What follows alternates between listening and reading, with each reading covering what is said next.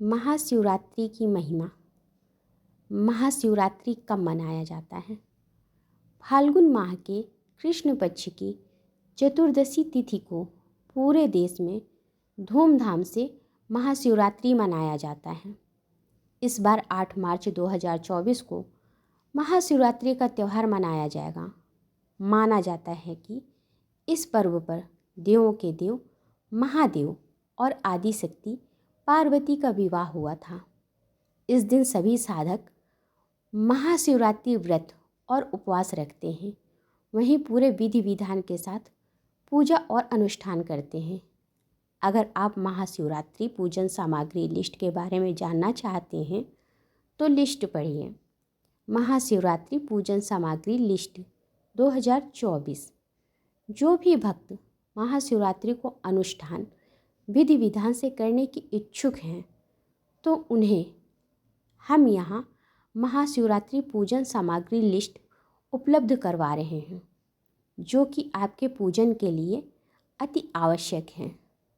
शिव जी की तस्वीर या छोटा शिवलिंग, बेलपत्र, धतूरा, भांग, समी के पत्ते, मंदार पुष्प, फूलों की माला,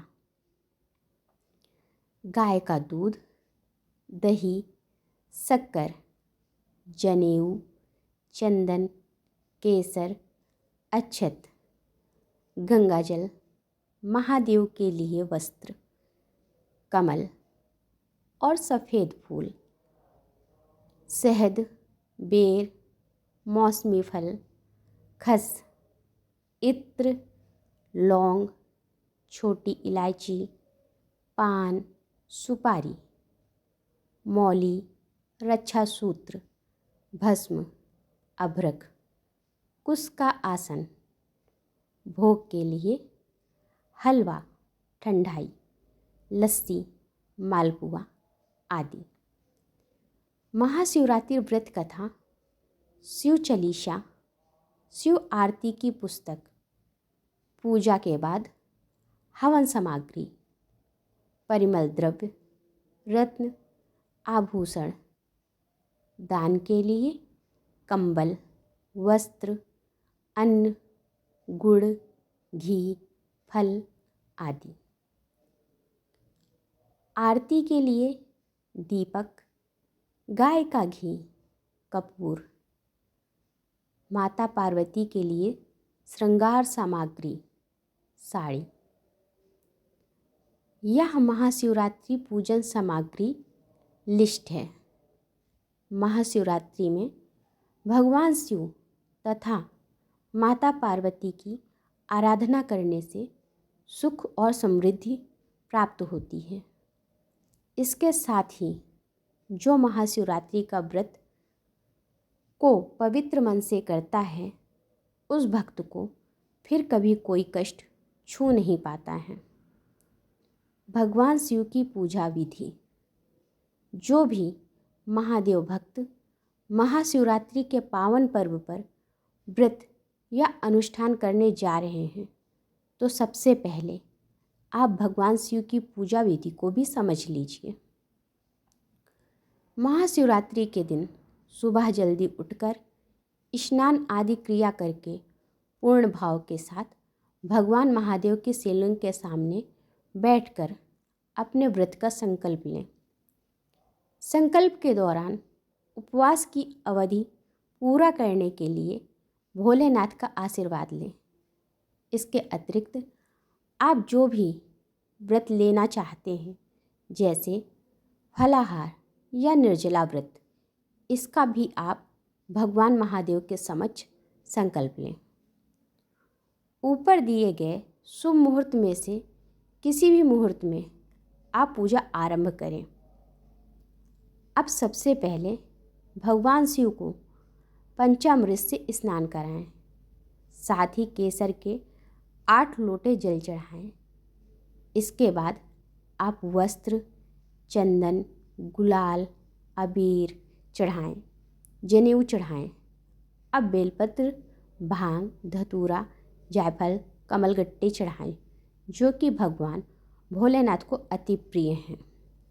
नैवेद्य फल, मिष्ठान, मीठा पान, इत्र व दक्षिणा आदि चढ़ाएं और आखिरी में केसर युक्त खीर का भोग लगाकर सभी भक्तों को महादेव का प्रसाद वितरित करें। महाशिवरात्रि की कथा। महाशिवरात्रि के दिन महाशिवरात्रि की कथा को सुनना बेहद फलदायी होता है। जो भी शिव भक्त महाशिवरात्रि का व्रत और पूजा करते हैं उन्हें महाशिवरात्रि की कथा को पढ़ना और सुनना बहुत आवश्यक है।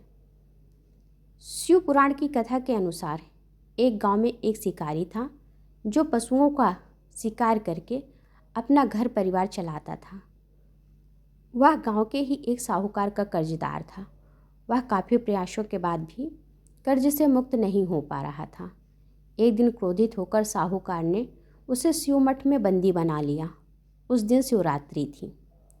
शिकारी ने उस दिन शिवरात्रि की कथा को सुना। शाम के समय में उसे साहूकार के सामने पेश किया गया तो शिकारी ने वचन दिया कि अगले दिन वह सभी कर्ज को चुकाकर मुक्त हो जाएगा। तब उसे साहूकार ने छोड़ दिया। शिकारी वहाँ से जंगल में गया और शिकार की तलाश करने लगा। वहाँ एक तालाब के किनारे पहुँचा। वहाँ पर वह एक बेल के पेड़ पर अपना ठिकाना बनाने लगा। उस पेड़ के नीचे एक शिवलिंग था जो बेलपत्रों से ढका हुआ था। उसे इस बात की जानकारी ना थी। बेल वृक्ष की टहनियों को तोड़कर वह नीचे फेंकता गया और बेलपत्र उस शिवलिंग पर गिरते गए। वह भूख प्यास से व्याकुल था। अनजाने में उससे शिव पूजा हो गई। दोपहर तक वह भूखा ही रहा। रात में एक गर्भवती हिरण तालाब में पानी पीने आई। तभी शिकारी उसे मारने के लिए धनुष बाण तैयार कर लिया। उस हिरण ने कहा कि वह बच्चे को जन्म देने वाली है। तुम एक साथ 2 हत्या ना करो। बच्चे को जन्म देकर तुम्हारे पास आ जाऊंगी, तब तुम शिकार कर लेना। यह सुनकर शिकारी ने उसे जाने दिया।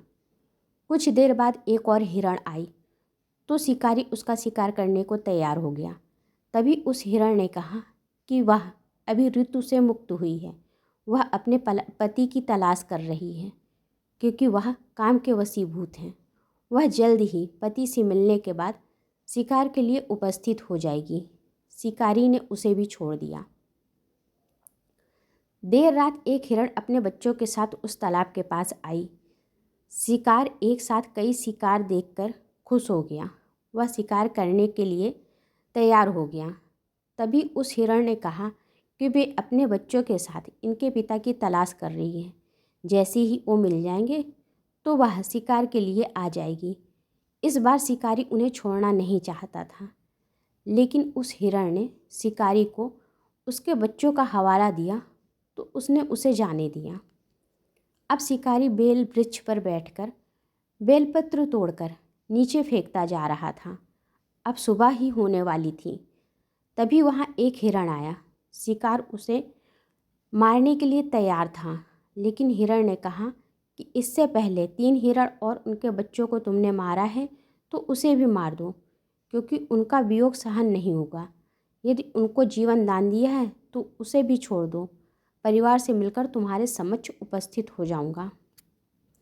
रात भर उपवास, रात्रि जागरण और अनजाने में बेलपत्र से शिवलिंग की पूजा के प्रभाव से शिकारी दयालु हो गया था। उसने हिरण को भी जाने दिया। उसके मन में भक्ति की भावना प्रकट हो गई और वह पुराने कर्मों को सोचकर पश्चाताप करने लगा।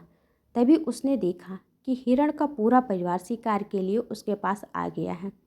यह देखकर वह और करुणा में हो गया और रोने लगा। उस शिकारी ने हिरण परिवार को जीवन दान दे दिया और स्वयं हिंसा को छोड़कर दया के मार्ग पर चलने लगा। शिव कृपा से वह शिकारी तथा हिरण का परिवार मोक्ष को प्राप्त हुआ।